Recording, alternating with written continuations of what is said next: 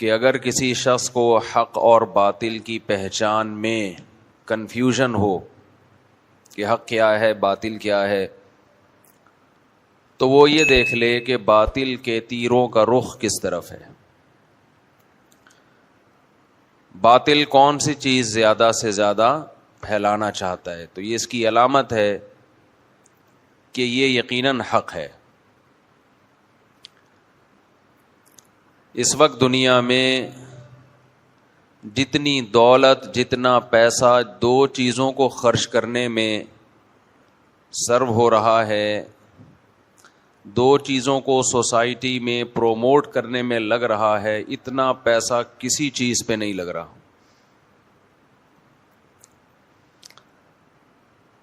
کو جتنی محنت کرنی چاہیے، میرا خیال ہے مجھ سمیت اتنی محنت نہیں کی جا رہی، میں بھی نہیں کر رہا۔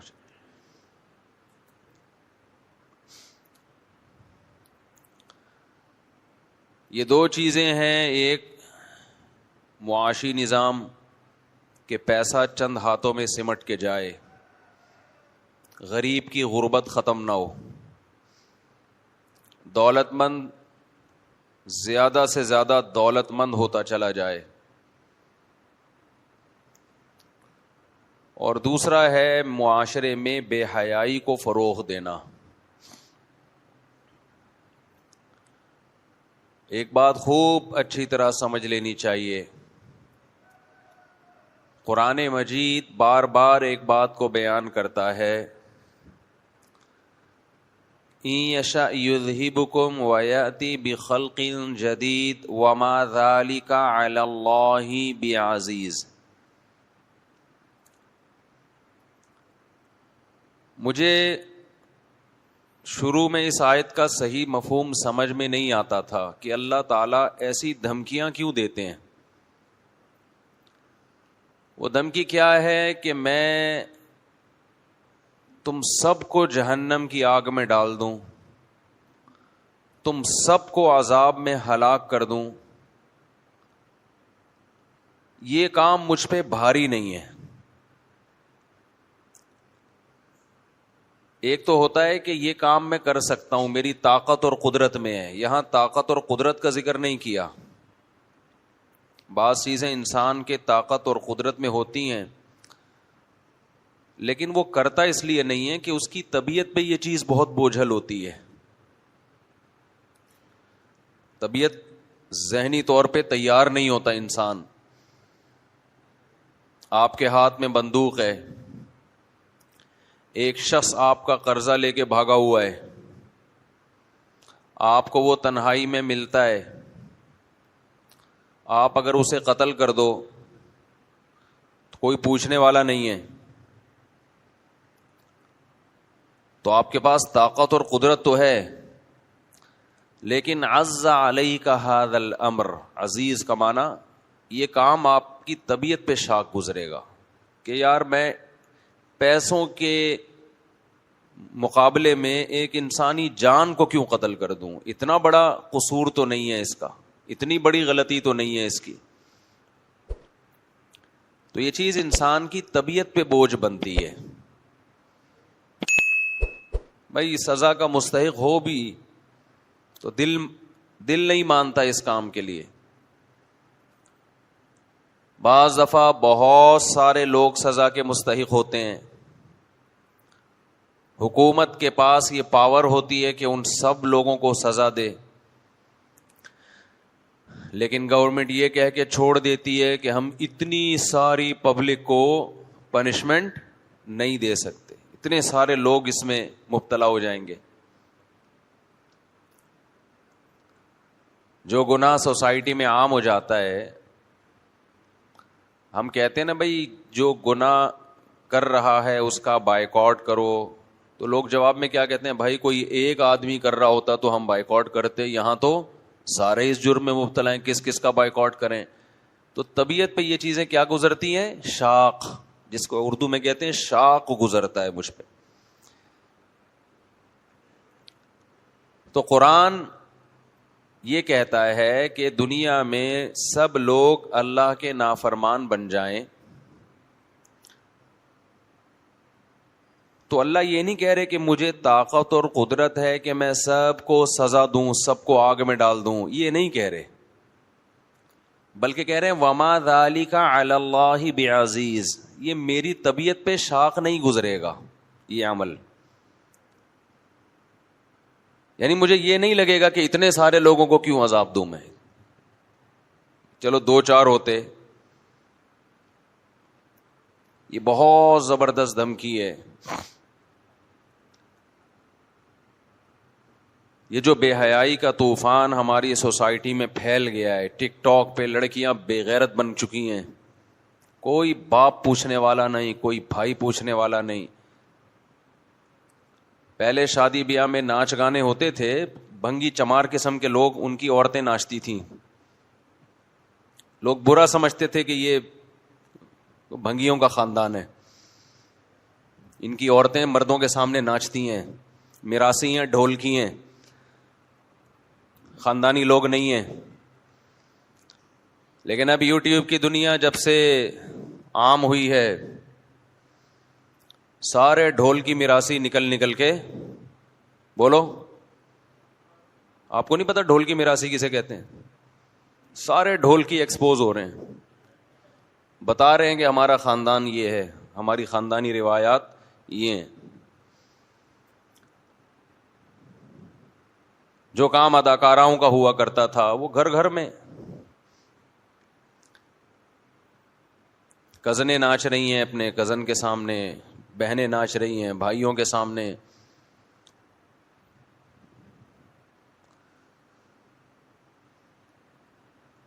تو ایک چیز پھیلتی جا رہی ہے، روک ٹوک نہیں ہے، روک تھام نہیں ہے. جس نے بنایا، جس نے پیدا کیا، اس کو ایسا ڈکشنری سے نکالا ہے، ایسا اس کو پسے پش ڈالا ہے. جس کا یوٹیوب چینل نہ چل رہا ہو، اپنی خوبصورت بیوی کو لے آئے گا وہ چلانے کے لیے.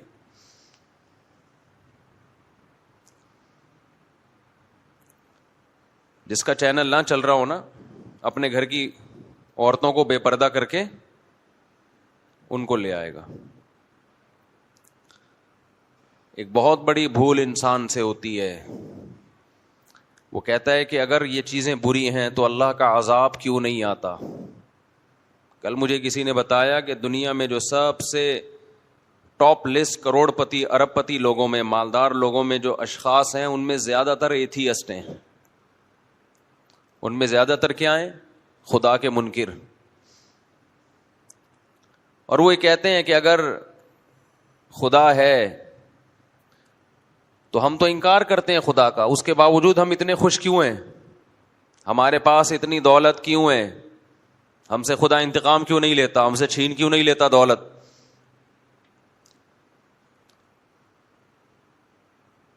یہ وہی احمقانہ قسم کا سوال ہے جس سے قرآن بھرا ہوا ہے. ہر پیغمبر کو یہ طعنہ دیا گیا، ہر پیغمبر کو قوم کے گناہگار لوگوں نے، بے حیا لوگوں نے اور خدا کے باغی لوگوں نے ایک ہی طعنہ دیا ہے کہ اگر آپ حق پر ہیں تو آپ مسکین کیوں ہیں، غریب کیوں ہیں، اور اگر خدا ہم سے ناراض ہے تو ہم خوشحال کیوں ہیں. سمجھ میں آ رہی ہے بات یا نہیں آ رہی ہے؟ اور قرآن نے سب کو ایک ہی جواب دیا ہے، اَيَحْسَبُونَ أَنَّمَا نُمِدُّهُمْ بِهِ مِن مَّالٍ وَبَنِينَ نُسَارِعُ لَهُمْ فِي الْخَيْرَاتِ. یہ بے وقوف یہ سمجھ رہے ہیں کہ ہم نے ان کو دولت اولاد دے دی، ان کو مضبوط کر دیا، تو کیا ہم ان سے خوش ہیں اور کیا ہم ان کو ان کا اجر دے رہے ہیں دنیا میں؟ بل لا یشعرون. اللہ کہتے ہیں نا، ان کے جو اوپر کا چیمبر ہے وہ کام بولو نہیں کرتا. یہ ایگزامینیشن ہال کو، امتحان گاہ کو کامیابی سمجھ رہے ہیں، حالانکہ یہ تو امتحان گاہ ہے. ایک آدمی امتحان گاہ میں بیٹھا ہو، ایگزامینیشن ہال میں بیٹھا ہو، پیپر حل نہیں کر رہا، پانی مانگ رہا ہے تو پانی مل رہا ہے، چائے مانگ رہا ہے تو چائے مل رہی ہے. لوگ اسے کہہ رہے ہیں کہ اللہ کے بندے تو بیٹھ کے پیپر حل کر، تیرا فیوچر تاریک ہے. وہ جواب میں کہتا ہے کہ فیوچر تاریک ہوتا تو حال میرا پریزنٹ بھی تو برا ہوتا. وہ تو بہت اچھا ہے. دیکھو جتنے سکون سے میں بیٹھا ہوں, وہ جو پیپر دینے والے لوگ ہیں ان کے کیسے پسینے چھوٹ رہے ہیں. آپ کی سمجھ میں ہی نہیں آ رہا تو اس بیچارے کی سمجھ میں کہاں سے آئے گا جس کو دولت کے نشے نے بگاڑ دیا. مثال سمجھ میں آ رہی ہے. تو ایگزامینیشن ہال میں بندہ بیٹھا ہوا ہے, پیپر حل نہیں کر رہا اور کہہ رہے میری ساری ضرورتیں یہاں پوری ہو رہی ہیں تو میں تو خوش ہوں. اور وہ دیکھو جو پیپر حل کرنے میں لگا ہوا ہے اس کے پسینے کیسے چھوٹ رہے ہیں. اسے تو نہ چائے کا ٹائم مل رہا ہے نہ پانی کا ٹائم مل رہا ہے. اس کا مطلب میں کامیاب ہوں. کوئی عقل مند وہاں بیٹھا ہوگا تو اسے کیا کہے گا کہ بھائی تیری اوپر کی کھوپڑی کام بولو نہیں کر رہی. تو ایگزامینیشن ہال کو سمجھتا ہے کہ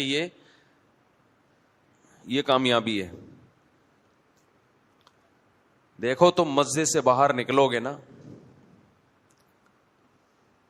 یا مدرسے سے باہر نکلو گے, دو ہی جگہیں ہیں جہاں اللہ اللہ سکھایا جاتا ہے. اس کے علاوہ کہیں بھی اللہ سکھایا نہیں جاتا. ہر جگہ دولت, شہرت, پیسہ, عیاشی. یونیورسٹیوں میں یہ سکھایا جا رہا ہے, کالجز میں یہ سکھایا جا رہا ہے. زیادہ سے زیادہ نماز کا ٹائم دے دیا جاتا ہے. بس ایک مسجد بنا دی ہے, چلو جی جس نے نماز پڑھنی ہے یہاں پڑھ لے. وَاتَّخَذْتُمُوهُ وَرَاءَكُمْ ظِهْرِيًّا. پیغمبر نے کیا کہا کہ جو رب تمہیں کھلاتا ہے پلاتا ہے اس کو تم نے اپنی پشت کے پیچھے ڈال دیا, اگنور کیا اس کو.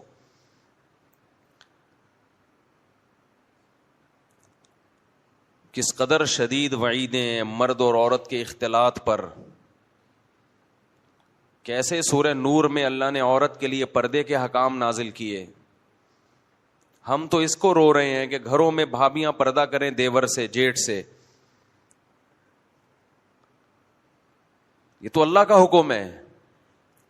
لیکن آپ ماحول دیکھو, ایسا بند ٹوٹا ہے بے حیائی کا, ایسا ٹوٹا ہے.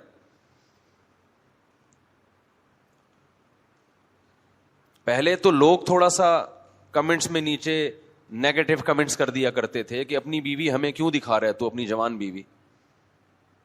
اب وہ بھی نہیں کرتے. ماشاء اللہ بھابھی بہت پیاری لگ رہی ہیں. خوب سمجھ لو, ایک ایک جملہ جو آپ کی زبان سے نکلتا ہے نا,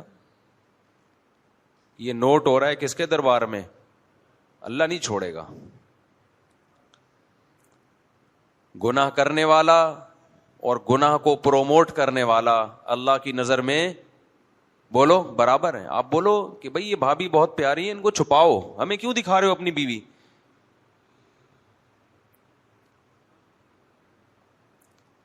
پیسہ ہی سب کچھ ہے بھائی. صرف پیسہ اگر آپ نے کمانا ہے, آپ ایک بندوق اٹھاؤ, ڈکیتیاں شروع کر دو. ڈاکو نہیں کماتے کیا پیسہ؟ مگر عزت بھی بیچتے ہیں, غیرت بھی بیچتے ہیں.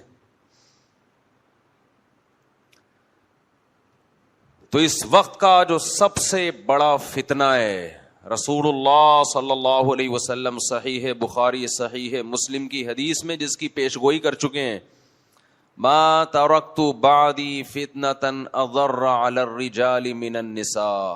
آپ صلی اللہ علیہ وسلم نے فرمایا میں نے اپنے بعد مرد کے لیے عورت سے بڑا کوئی فتنہ نہیں چھوڑا. میرے اس بیان کو بھی غلط رخ دیا گیا.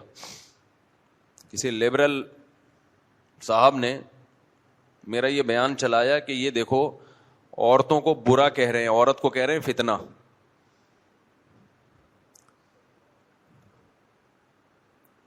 عورت کو فتنہ اس سینس میں نہیں کہا گیا کہ وہ آپ کی بیوی ہے, ماں ہے, بیٹی ہے, بہن ہے. عورت کو فتنہ اس سینس میں کہا گیا ہے کہ اگر آپ حلال و حرام کا فرق نہیں کرتے, آپ یہ باؤنڈری کراس کرتے ہو حلال و حرام کی, تو سب سے زیادہ تباہ کرنے والی چیز کون سی چیز ہے؟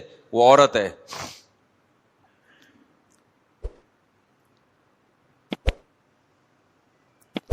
جو لوگ اپنے گھر کی عورتوں کو بے پردہ ہو کے لا رہے ہیں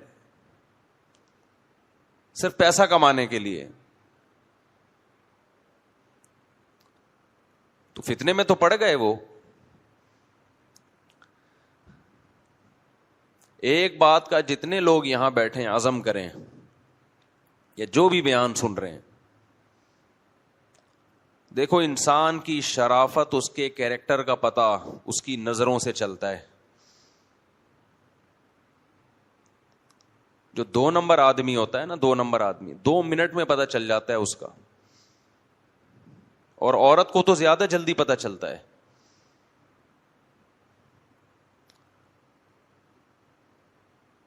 ہمارے ایک دوست نے بتایا, میرے پاس تو کیسز آتے ہیں نا, بیسیوں قسم کے واقعات آتے ہیں میرے پاس. جو واقعات آتے ہیں اگر میں سارے آپ کو بتانا شروع کر دوں آپ پاگل ہو جاؤ گے. اب بولے گا یہ ہو کیا رہا ہے. نفسیاتی کیسز بھی بہت آتے ہیں, وہ ایسی نفسیاتی بیماریاں ہیں کہ آپ خود پاگل ہو جاؤ گے.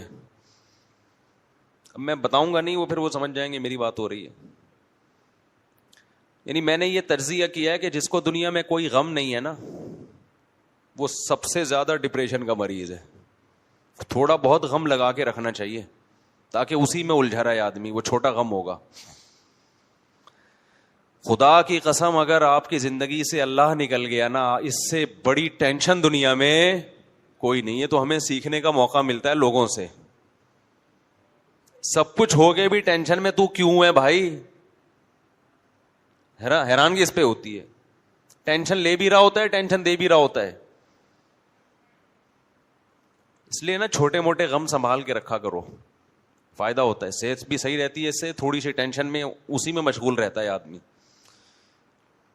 جیسے غربت ہے, تھوڑی سی ٹینشن ہے نا, یہ لگی رہے اچھا ہے. جب پیسہ آ گیا نا تو بڑی بڑی ٹینشن ہے, پھر خاندانی قسم کی ٹینشنیں پالو گے. اگر بغیر دین کے آیا, دین کے ساتھ آئے پھر نہیں ہے. غریبوں کی ٹینشنیں بہت ہلکی پھلکی ہوتی ہیں, مالداروں کی ٹینشنیں ایسی ہوتی ہیں کہ عام آدمی تو ٹینشن سن کے پاگل ہو جائے. ان کے غم بہت بڑے بڑے ہیں. یہ دور کے ڈھول سہانے ہیں میرے بھائی, یہ دور کے ڈھول سہانے ہیں. شکر کرو نبی صلی اللہ علیہ وسلم نے فرمایا جس کو بقدر ضرورت روزی مل گئی نا اور قناعت کی توفیق مل گئی, حدیث کا مفہوم ہے سب سے زیادہ خوش قسمت ہے وہ.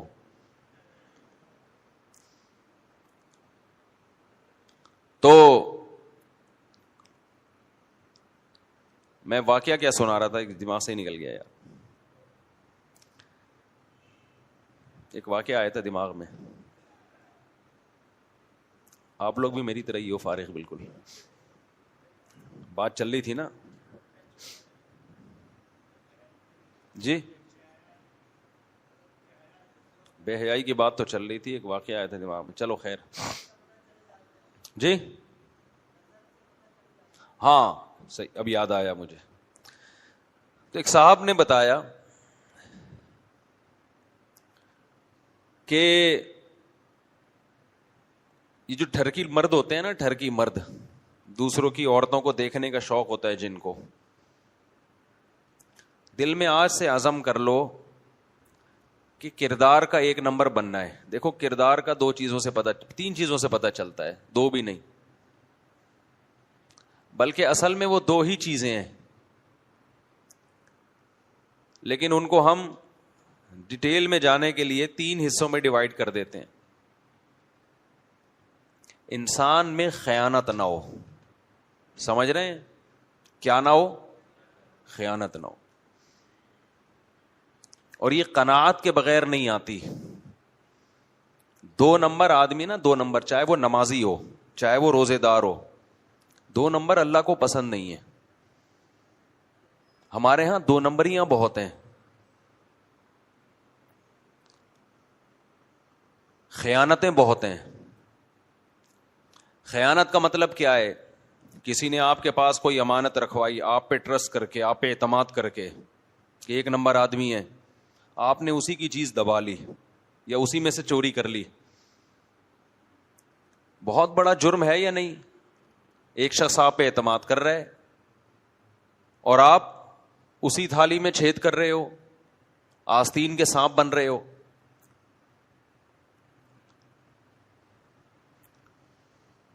اسی طرح خوب ایک بات سمجھ لو، اللہ نے جس عورت کو آپ کے لیے بنایا نا بیوی کی شکل میں، اس کے علاوہ کسی کی طرف غلط نظر اٹھا کر بولو مت دیکھو.